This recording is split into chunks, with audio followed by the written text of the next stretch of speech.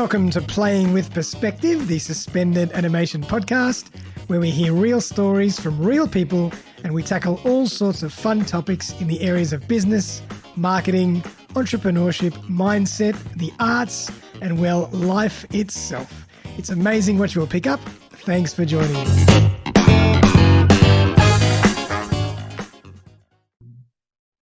Welcome back, everyone. Darren Saul. It's episode 191, and it's Wednesday afternoon, isn't it? Yes, it is.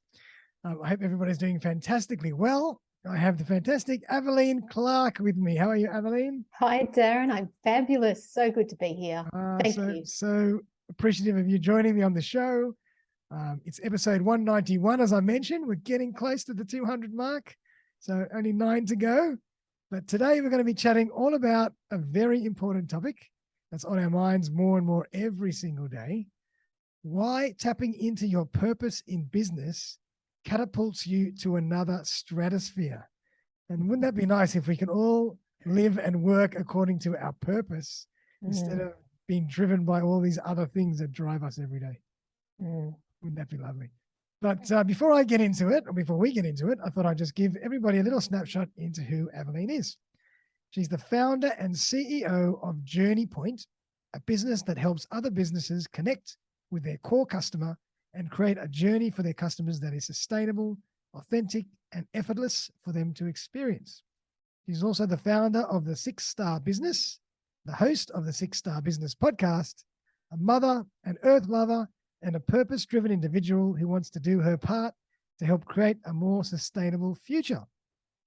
When she's not focused on business and podcasts, Aveline is passionate about keeping fit and healthy inside and out and loves adventures in nature, music and sport, including Formula One. She's currently learning to surf so she can go out and surf with her 11-year-old son and has fun experimenting with creating new plant-based metals and desserts every week.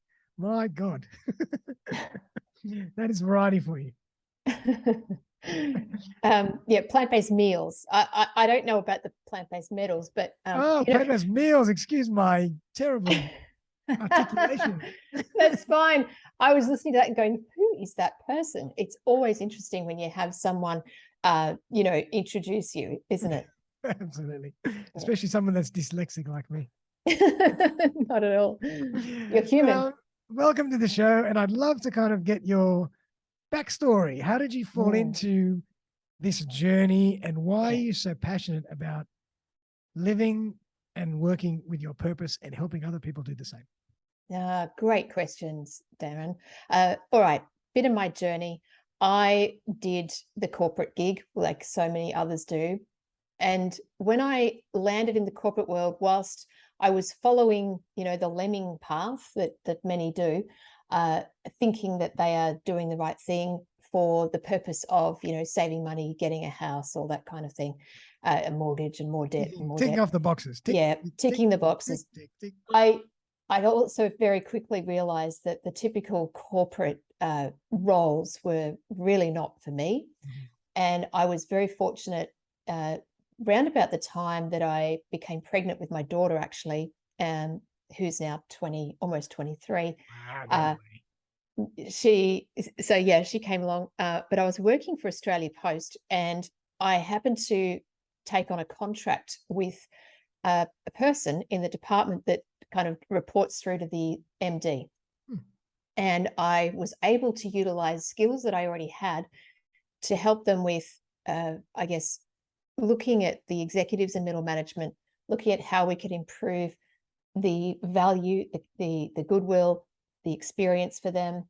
So whilst I was doing these projects, sort of like, what can we give them? How do we build the value, and how do we build the longevity of their staff? I was running salary bonus. I was doing training of these middle managers and execs. So I had a really good insight into what drove them, because I was the one that knew what they were earning, what they were going to get for their bonuses. We talked all about, how they could rate their staff and their teams. And it was very quickly, I was immersed in another world. And it was the world of climbing the ladder, money. And at the same time, I was helping them to have better experiences. And I then went on to create an onboarding experience for that tier of the company. So the middle managers and executives, and that sort of bled into the rest of the staff, which was, you know, probably 25,000 employees. And it was always projects. I was always looking at how do we improve the experience? How do we improve what they experience? And how can we do that through physical things like, and what's the journey? And I've always just been really fascinated with how people approach things, how they experience them. And that just took me on a journey myself, really. So that was a lot of fun. I stayed at Australia Post for 6 years, and then I moved over to NAB, National Australia Bank. And after running their salary bonus process for a year and playing with more money and people, and trust me, money, I guess talking this out with you, I'm realizing that those experiences managing the salary bonus process really gave me a lot of insight into what money is for people, and I guess the dark side or the shadow side and the positives, and, you know, where purpose fits into all of that. I then went and helped them for the next couple of years on a big project. They came to me and said, Aveline, we have a big problem. 25% of our new employees are leaving the company after 18 months. Wow. And that's across the board, across all roles and levels. And they said, we'd like you to fix it, please. And it was a journey. It was fixing the journey and the experience. And that took a long time. But I created a benchmarked onboarding experience at NAB. And when I had implemented everything, there was still a couple of projects that were still in some departments still running. But effectively, I'd done what I had set out to achieve. And once the CEO came to me and said, thank you, Aveline, you've changed the game at NAB, I kind of felt like my job was done. Wow. You know, I didn't really feel that I wanted to bust my gut and work long hours and late nights for a bank who are making billion-dollar profits when I've already done enough. And I thought, how can I bring all these experiences to more people? And that to me was small business. So I left. And in 2008, I sort of fell into marketing automation, and then just started on this journey, as many people do, without really knowing what it's like to be a small business owner or a solo business owner, and went from there. So I went into the technology side of things and found myself building and growing a marketing automation agency and having staff and a partner. And then just before COVID hit, my business partner left mutually. It was fine. And I was, for a long time, quite dispirited. You know, it was like there's not a lot of soul in selling funnels and technology. And I'm really good at it, but I was missing my human element. I was missing all the reasons why I enjoyed and was so successful in the corporate world at what I did. Perfect. Yep. And went through a business program, business school, and basically redefined my business. And then when COVID hit, all my clients were kind of falling away, and I went, it's time to redefine my business. I've now got a business on paper, and it was the perfect time to bring that into the world. So let go of my staff, and I just set up Journey Point. Amazing. And went from there. So you asked me also, the second question you asked me, do you want to ask me that again? Because it's such a powerful question. Can you remember it? So I think it was, why are you so passionate about living this way and working this way and helping others do the same? So like I said before, I think even just looking back on those experiences, working with salary bonus and, you know, conversing with so many people and seeing how they are driven by money and literally selling their soul for another dollar, and the way they would fight for it, I could see how they were so consumed by the system, the system of, you know, the expectations, their role, and it was all about status. And I thought, how is this really impacting the world? Is it just impacting them so they can afford to hire a second nanny over the first nanny? Buy a third car or a third car, you know, fourth house. I mean, I saw it all. You know, I was dealing with executives that were making $500,000, you know, like a lot of money. Wow. That and the way they lived and their assumptions and the way they treated people. I saw the dark side of that. Yeah. I also saw the good side. And then I went, well, hang on, how is this making the world a better place? And I guess there's a part of me that, because I am conscious about the experience we have and we make for other people, felt that it was part of my role to then help do that for others. And it's not all about money, because I met and trained and worked with so many execs and middle managers who were miserable. Absolutely. They were utterly miserable. I hear this all the time. Hundreds of them, literally, and it was just painful actually talking with them. I had department managers crying in my office because they weren't going to get that extra little 2% of their bonus. Oh my God. Yeah, and it was what about the people that were going to get it and did very well, but were still miserable because money didn't make them happy? Yeah. It's just money. So what? You Yep. got more money. You got a bonus check. You got another car. You got another house. Big deal. Yep. First class ticket. And then, I saw one man who had lived his whole life doing like this, and he'd finally retired. And I remember he moved to Queensland, was up in a penthouse somewhere, and within 6 months was dead. Oh God. And I was like, everyone was shocked, because everyone knew, he'd been in the company for 30 years or whatever it was. And it was just, one of those moments that makes you think, well, was it really worth it? Did he actually have fun? Wow.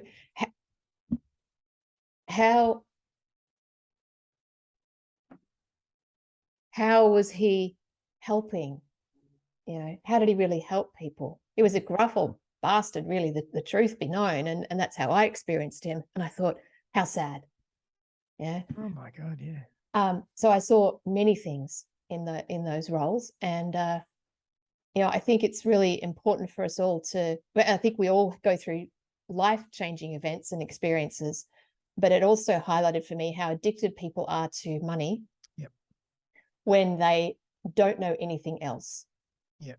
And when we get put through a system, through high school, the expectation that you'll go to university, you go through university with the expectation you go to the corporate world, the whole system's been set up for people to become workers, right? It came out of the industrial age. Industrial age, yep. And that is a debt system. Mm-hmm. Make more money, create more debt. Oh, you'll be happy though, really. Mm. Yep. I don't believe that humans by nature, we're not here just to follow someone else's plan for us. We're not here just to go into debt. And there's also the other side of this is society. There's a program that states that the more money you make, the more successful you are. Yes. And so many people have this, lack of self-worth, or, they're lacking in something. They have emotional, needs, and they feel that the only way to feel successful is to make a lot of money. Yeah. But is that success? I agree. You can define success in so many ways. Yeah. Absolutely. And there are so many role models today in our world that we're seeing, especially through the pandemic. People are more aware of so many things, and I think we are becoming more humanistic in our expectations of others and ourselves. And I feel like we're in this almost a bit of a, I want to say a dichotomy. Shift. Yeah, it's a bit of a renaissance period. Yeah, because we've been operating through these habits and these paradigms of money and success all this time, but we're actually facing a different vista in front of us. And how do we transition? I think some people are struggling with that, or ignoring it, or trying to operate the old ways. Mm-hmm. The old ways won't last into the future. And I believe that deep in my core. So I don't have a whole lot of research around this. I can just tell you that it won't last, because we are shifting as a society. Humanity is shifting. And very slowly our way of thinking, our mindset, our definitions of success in life are starting to change slowly. And you can see that just in the last 2 or 3 years, how many solopreneurs and how many small businesses have just been born doing all the things that they're passionate about, and things that have just come out of hobby sometimes as well. And now they're running businesses around that because it's living with their purpose. It's what they love to do. That's it. So it's definitely these last couple of years, have been a bit of last 2-3 years have been a forced renaissance period in a way as well. Yeah, they have. It's what humanity needed, I believe. Yeah, I think so. Yeah. The cause of it, we don't have to go into that, but that's it is what it is, and here we are. Yeah, and there's so many positives that have come out of it. Absolutely. And I mean, the thing for me is, and I fall into this trap all the time, like you get so used to just living in that rhythm, in that machine, in that system that you've created for yourself, or someone else created for you, depending on how you work. And you start to get so used to it that as soon as you deviate from it, you think, oh God, I feel strange. So you just go back chasing the same metrics, sales, profit, dollars, figures at the end of the month. So it's obviously why we do that. But have you got any other insight into why we do that? It's human nature, obviously. It's fear of, change. Is there any other reason why we tend to do this? I think, I've read a lot of philosophy and listened to a lot of, people from the past. And one of the things that I do firmly believe is that as a society, we have an inbuilt fear of failure. And so that drives us. And then the addiction is the money. Yeah. Okay. So when you have an inbuilt fear of failure and you go into business, and we have this competitive mindset of business, right? Again, this is partly still an old but existing paradigm of dog eat dog world. We're all on our own. We're all fighting in competition with each other. Yeah. Okay. Yeah. So when you've got those ingredients, it all points towards, well, I've got to make money because otherwise I'm going to be, the fear drivers there, right? And I think largely that can be unconscious. Yeah. People don't even consciously acknowledge that. And the other part of it is we look at these successful stories, these businesses that have like shot up overnight or they've grown massively, these big, multi-million-dollar success stories, and you go, wow, if only we could all be like that. And I say, wow, what if no, I wouldn't want to have that life, that world. That's a lot of blood, sweat, and tears and sleepless nights, and that's not as glamorous as it sounds. No, it's not. And it doesn't mean also that they're making that much profit. So there's a whole lot of factors in that. And like you said, they might not even have a life. Yeah. So success needs to be redefined, but at an individual level. Yeah. And that's something I champion, and I fully, encourage people around me and in the 6-star business. I talk about this. It's like, well, success is whatever you make it to be, not what I am. Don't compare yourself to other people. The more that we do that, again, it's one of those inbuilt paradigms or programs in our society. We judge and we compare ourselves to others. That's right. And that's just a natural anthropological, sociological trigger. We don't have time to dig and analyze, so we quickly frame up people because we have to survive, and we use labels and we use status and we use all those kind of things, but most of the time we're mistaken. Yes, exactly. Yeah, it's just one of those crazy things. Yeah, absolutely. And so then let's chat a bit about the opposite. How can we live with our purpose? How do we go about that? How do we, what are the implications of that? So I'd love to kind of delve into, that's your jam, what, you've been so passionate about. And how do you, if someone comes to you and says, I need a change, where do I begin? Help me. It always starts with the self. Yeah. Let's go back to the individual. And I only work with the business owner. So not with someone in a senior management position, but the work that I do one-on-one is with business owners, and they're the ones that set the culture and the tone and the direction and the strategy of their businesses. Perfect. And so hence it always comes back to them. And if they've come to me already, they have some level of acknowledgement that they align with purpose. So that's a known. Let's say they don't. Let's say they've just been introduced, or someone said to them, look, you really need to talk to Aveline. Yeah. And they came to me and they've got no idea what I talk about. I would ask a few questions of them to understand, what they want to get out of their business. Like, why are they in business? And is the business purely a money-making venture, and are they happy with that? Truly. Then I ask some questions to figure out if they really are attached to that, or if there's something more meaningful that they want to do. And sometimes when we delve into ourselves a bit more, the answers we might not like, we might find that we're in a business that doesn't light us up, or that doesn't actually enable us to live our purpose. Might be in a partnership that doesn't allow us to do that, or something else. And we're just comfortable, so we just stay because we're comfortable. Yeah, comfortable. And change is hard, scary, messy, painful.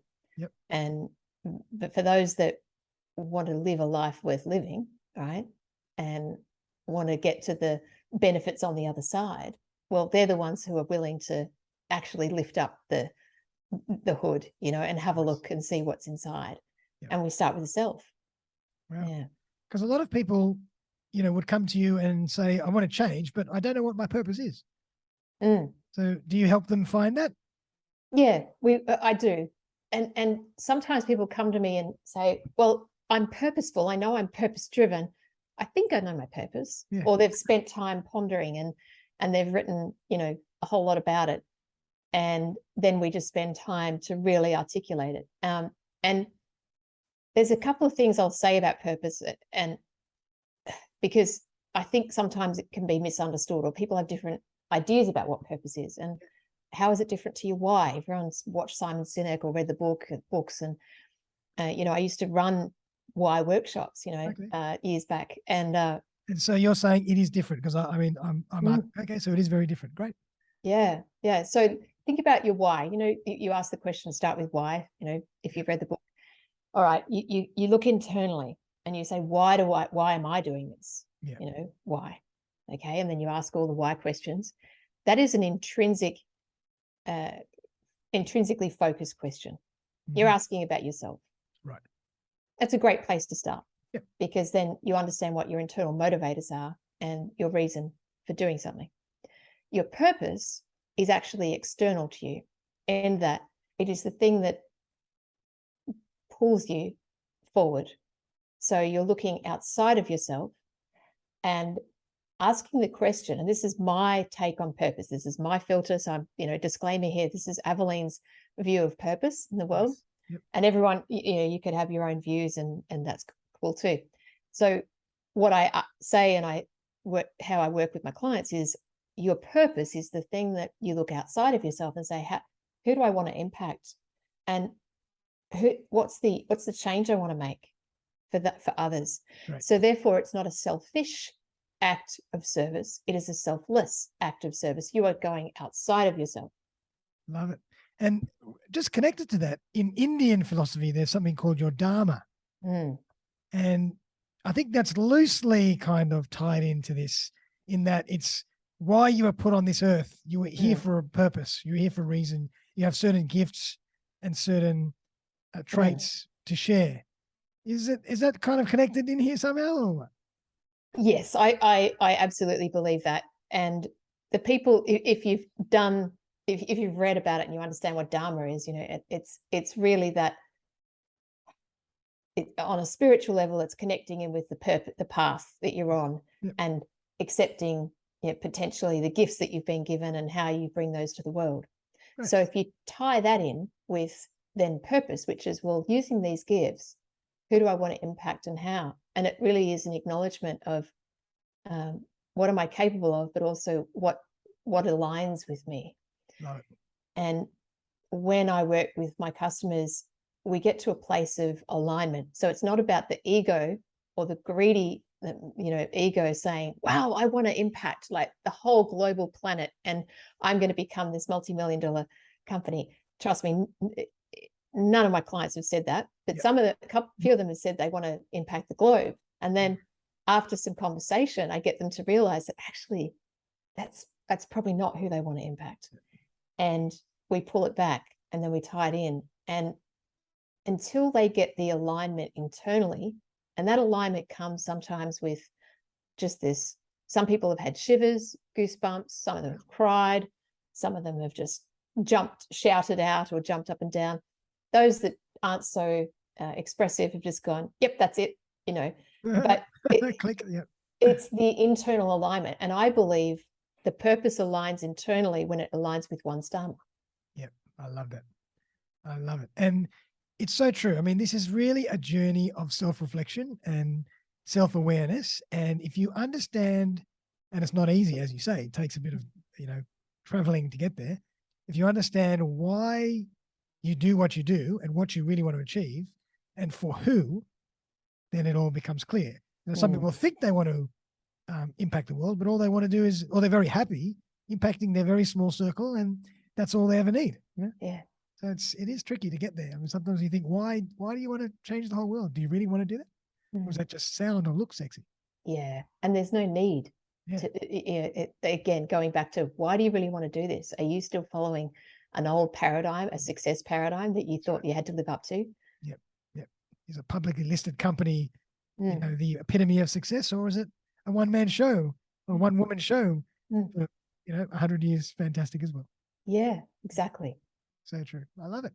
Good. And I love it. I mean, and so how do you generally work with people? I'd love to kind of dive into your process. Okay.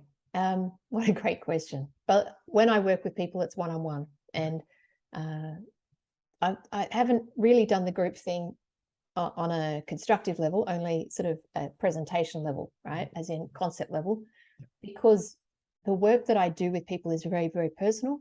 It starts very personal. So again, we start with them. Sure. Yeah.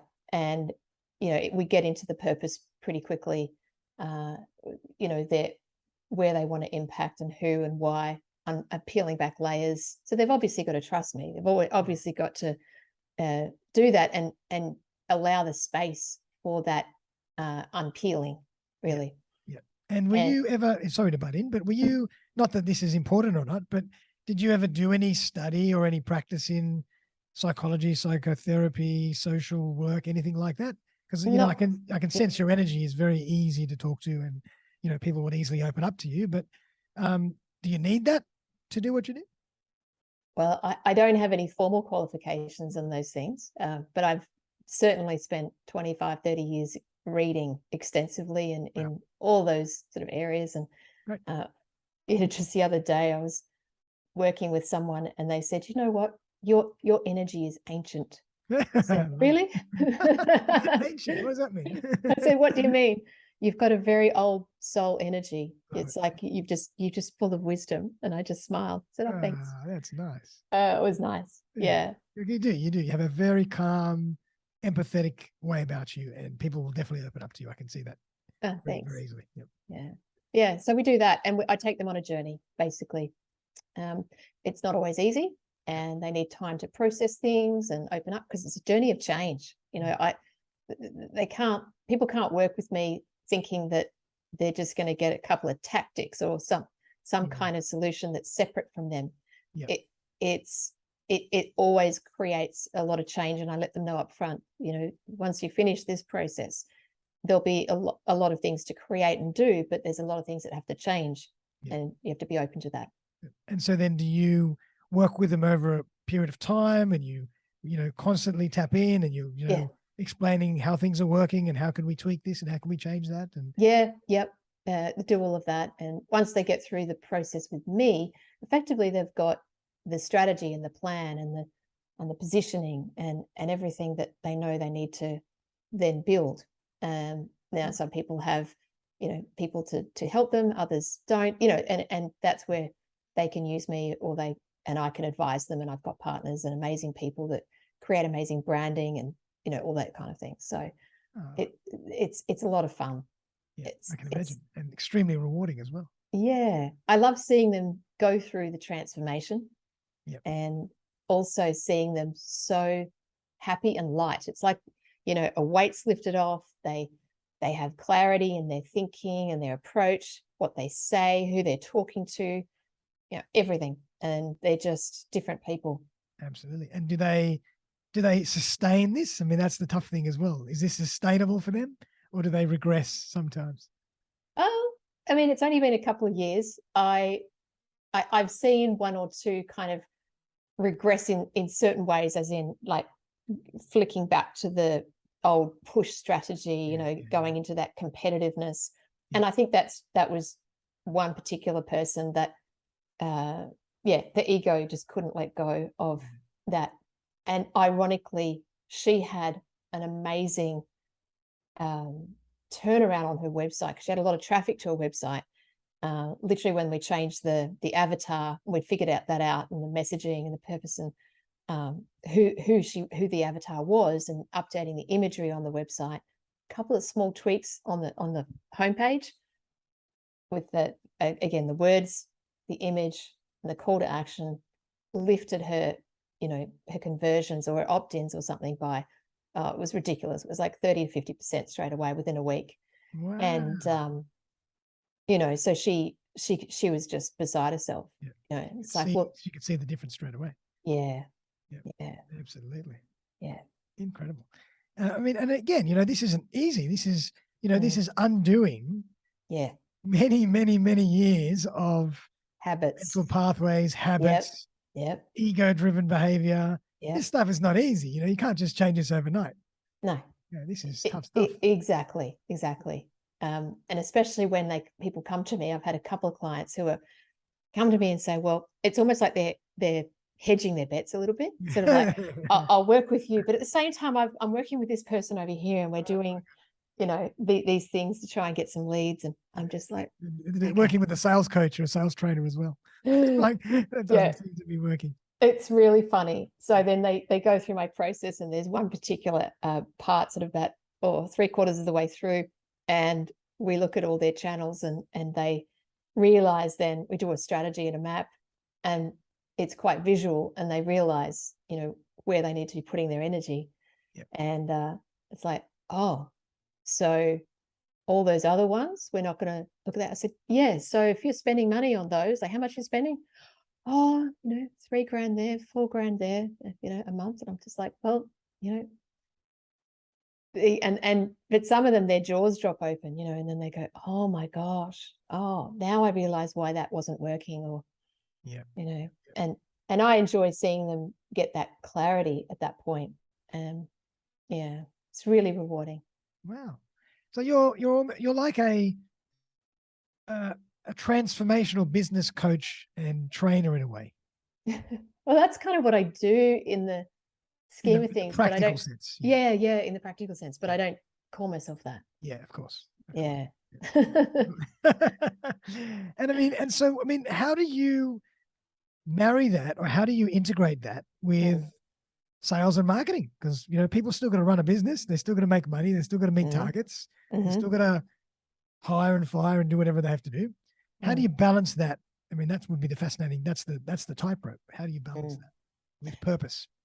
Yeah, so it's all about how you speak, and knowing who you're speaking to, and knowing what you need to talk about in the right channel, in the right way.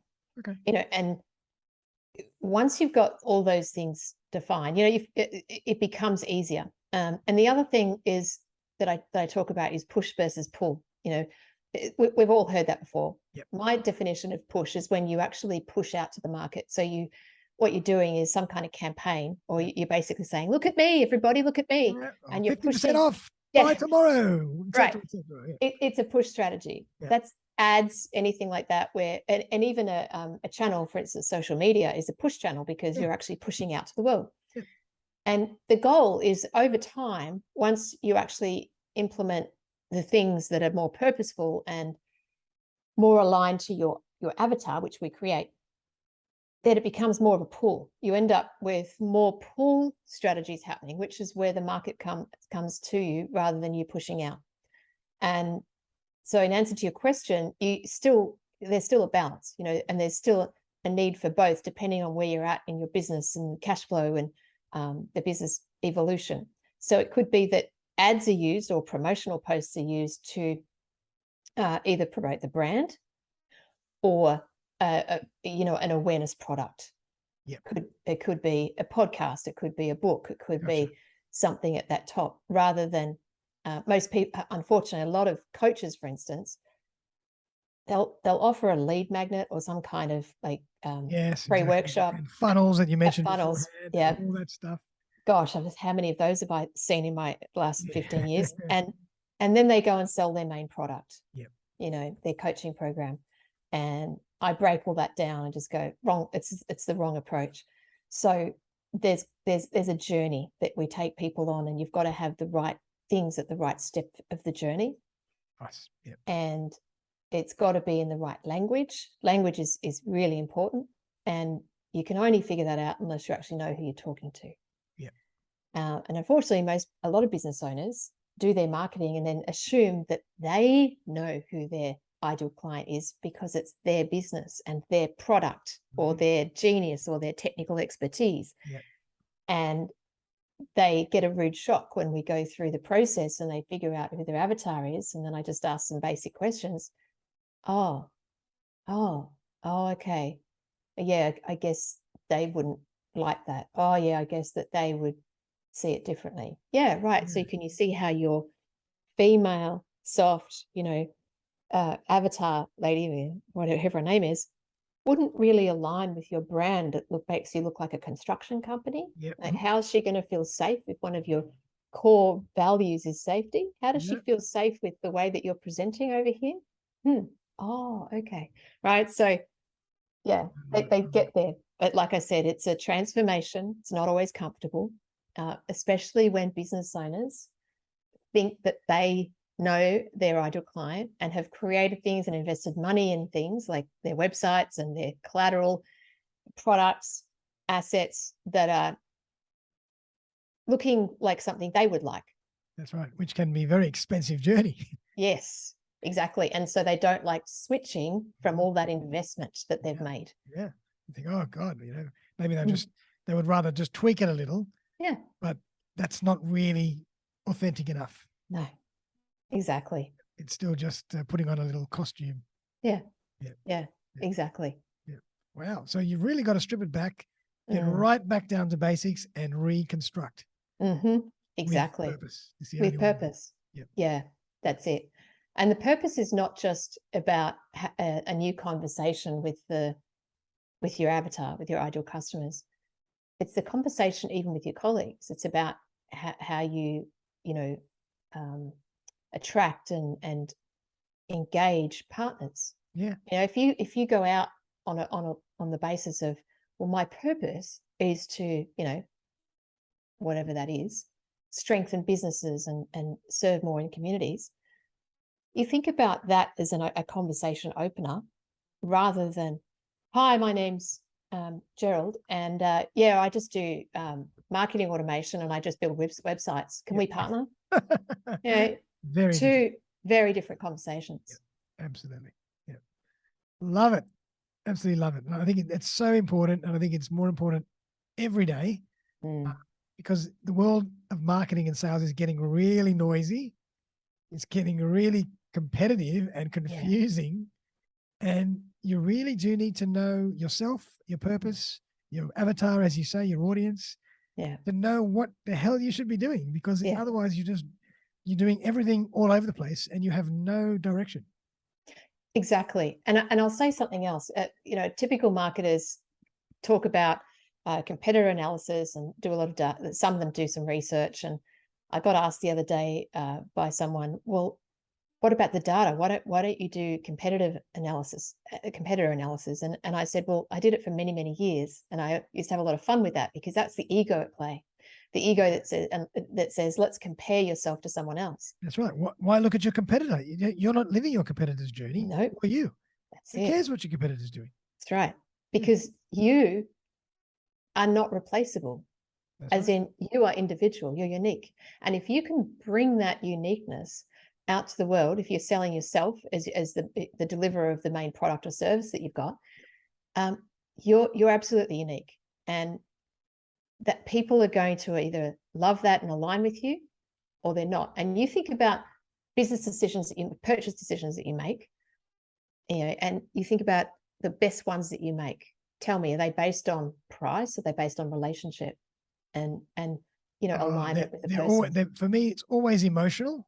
There we And go. it's usually based on relationships, not about price. Like, as they say, people will buy something based on emotion and backwards rationalize logically why they did it. Yeah, it's exactly. all emotion. Yeah. And if you put yourself out there, as the typical marketers do, and they compare you to your competitors or your product to the market, it's all based on benefits and features and pain points and all of that. And guess what? That commoditizes you. It makes you a commodity. And therefore, a customer cannot create a bond with you. There's no emotional alignment. Yeah, I love it. And I mean, a great example, I listen to Gary Vee a lot. I love Gary Vee. Yeah. And one of the things he always says is, why did you buy Nikes? Did they cookie you? Did they funnel you? Did they whatever? No, they did nothing. You just know the brand Nike is good. You feel something towards the brand and you buy it because you're emotionally connected to it. That's it. It's pure branding. Yeah. You know? So you don't need any of that other stuff. No. And that's all hard push sales. Yep. You know, so again, it's another example of Apple. Why do you buy Apple? You know, because everybody just wants an Apple. That's it. That's it. It's fantastic. I love it. It's great. There's so many different ways to market, but obviously, we've started talking a little bit more along the personal and spiritual and emotional side, and we've transgressed over to the practical aspects with sales and marketing, but they do live together. They do. But you do have to know how to express both sides. Absolutely. The two sides of the coin. Yeah. Yeah. They've got to marry up. You can't just look at one side of it and just play in that competitive push straight space. It just doesn't work. Well, it doesn't work anymore. It's not becoming sustainable. It might work for a little while. You can chase the empty metrics for a little while, but then either you or the business or the idea won't be sustainable because you don't live it. You don't enjoy it. That's right. It's not who you are. Yeah. You got it. I love it. Yes. 45 minutes later, I understand. No. Well done. No, but Aveline, look, I really appreciate you exploring that with us because I think that is such a beautiful journey and analysis into this whole topic. But I still want to give the viewers and the listeners a chance to connect with you. So what's the best way for them to do that? Thank you. Well, I'm on LinkedIn. I'm actually on all channels, really. You can go to my website, journeypoint.com.au, or LinkedIn / Aveline Clarke. There's only one of me. You can't not. Definitely, there's only one of me. That's for sure. Absolutely. All right, so I'll make sure that I put the links in the show notes for everybody, your website or your social handles. Tell us a bit more about your podcast. Oh, thank you. So it's called the 6-Star Business Podcast, and it's about what it takes to be 6-star. So 6-star is effectively another way of looking at business. And, it might not surprise you that purpose is a big part of that. And there's fundamentally 3 aspects to that. You're combining your purpose with love to create an impact. And that's kind of the foundations of what 6-star business is. And the podcast, we talk to business owners and draw out of them what they think 6-star is and how they have lived a life or, just anything around, I guess, what's making them more purposeful in the world. Going that extra mile. Yeah. In that sense, like really taking it to the next level. Yeah, exactly. Love it. And thank you. All the main podcast channels, I'm assuming. It is. Beautiful. So we'll definitely put a link to that as well. Everybody definitely check that out. But Aveline, really appreciate your time. It's been an absolute pleasure. I'm buzzing on a different frequency after that conversation. And anything that you would like to leave us with? Don't be afraid. Don't be afraid to look under the hood, to peel back the layers, to ask the questions, to do the internal self-talk and the questioning, because the outcome is always better than the fear or the pain or the discomfort that you might face initially. So go in, figure it out, and life's too short. Well done. What a way to finish. Well, Thank you so thank you much. very much, everybody. I hope you enjoyed that as much as I did. Please check out Aveline's handles, her website, her podcast, everything else. Get in touch with her if you want to really discover your purpose and you want to, work in a more purposeful way. And that's me signing off for another episode of Playing with Perspective, the Suspended Animation Podcast. We'll see you very, very soon. Bye for now.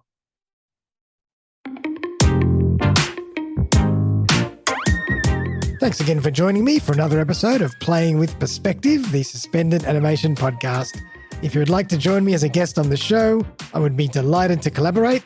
Feel free to buzz me on 0414 659 800 or email me on darren@suspendedanimation.com.au. I'm always on the lookout for great guests who can share their stories and expertise with my community.